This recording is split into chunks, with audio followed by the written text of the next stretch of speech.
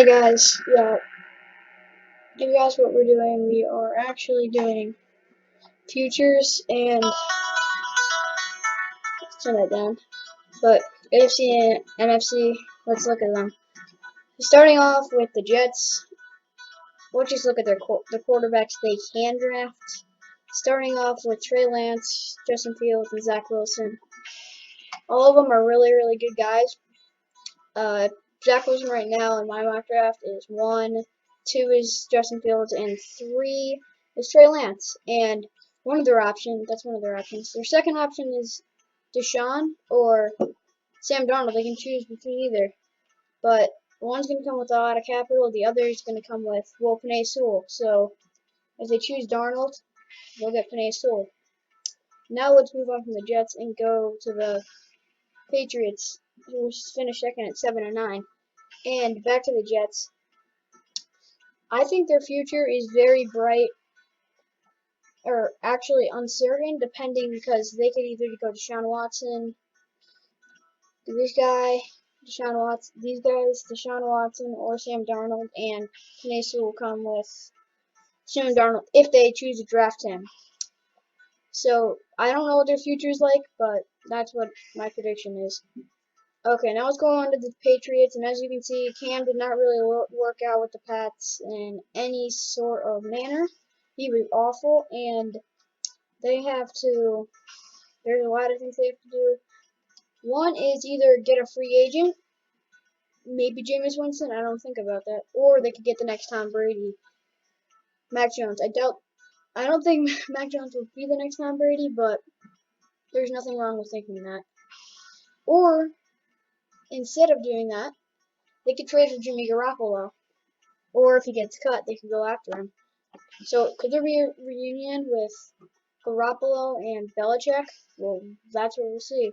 And because of all these options they have, the Pats have an uncertain future.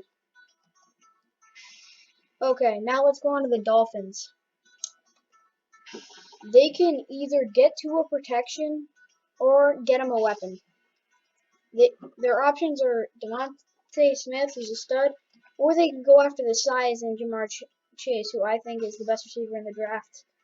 And for that reason, and then you could go on Alex Leatherwood, they can go after. I don't think they will, but there's nothing wrong with drafting one of the best tackles in the history right here. And that's why I'm labeling their future as good. Now let's go on to Josh Allen and the Bills. It's pretty simple. Give him the bag, give him the money he wants. Of course, you can see that. If you remember this play, it was very, very, very good. And just pay the man, please. Just play him. And for that reason, they have a very bright future. Now let's go on to the Bengals and Joe Burrow. 10 games he played, well, not even 10, and they still gave up 32 sacks. So if that's an average, I'm thinking that's going to be like maybe, I don't know, it's going to be a lot of sacks though. And if they want to be able to get this team better, it's by, well, what you said is giving them protection. Maybe the next Anthony Munoz, that would be really nice. He's the best player in Bengals history. And make them more like this instead of that. Now let's go on to the Browns, and it's pretty simple. You trade Odell.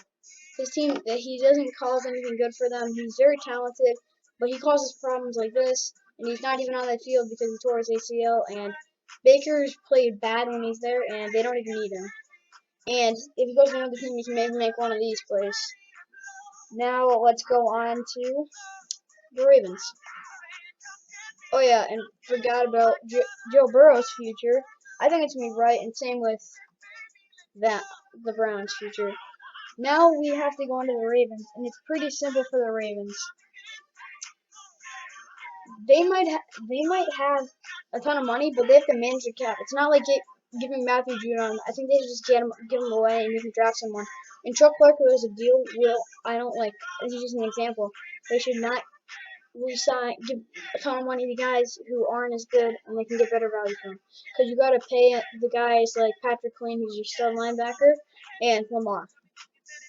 And if they're able to do this, they'll have enough money to get a #1 receiver, which they desperately need.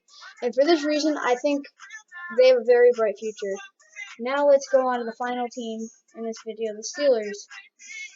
They need to give money to. They've decided to give money to, and that's by doing one, deciding if they want to keep Juju Smith-Schuster or not.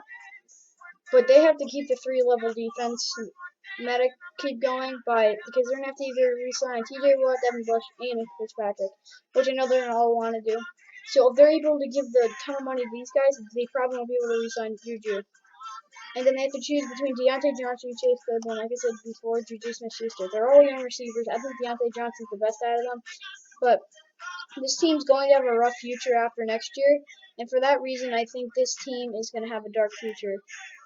And that's me at the end of the video. Remember, subscribe and like. See you later.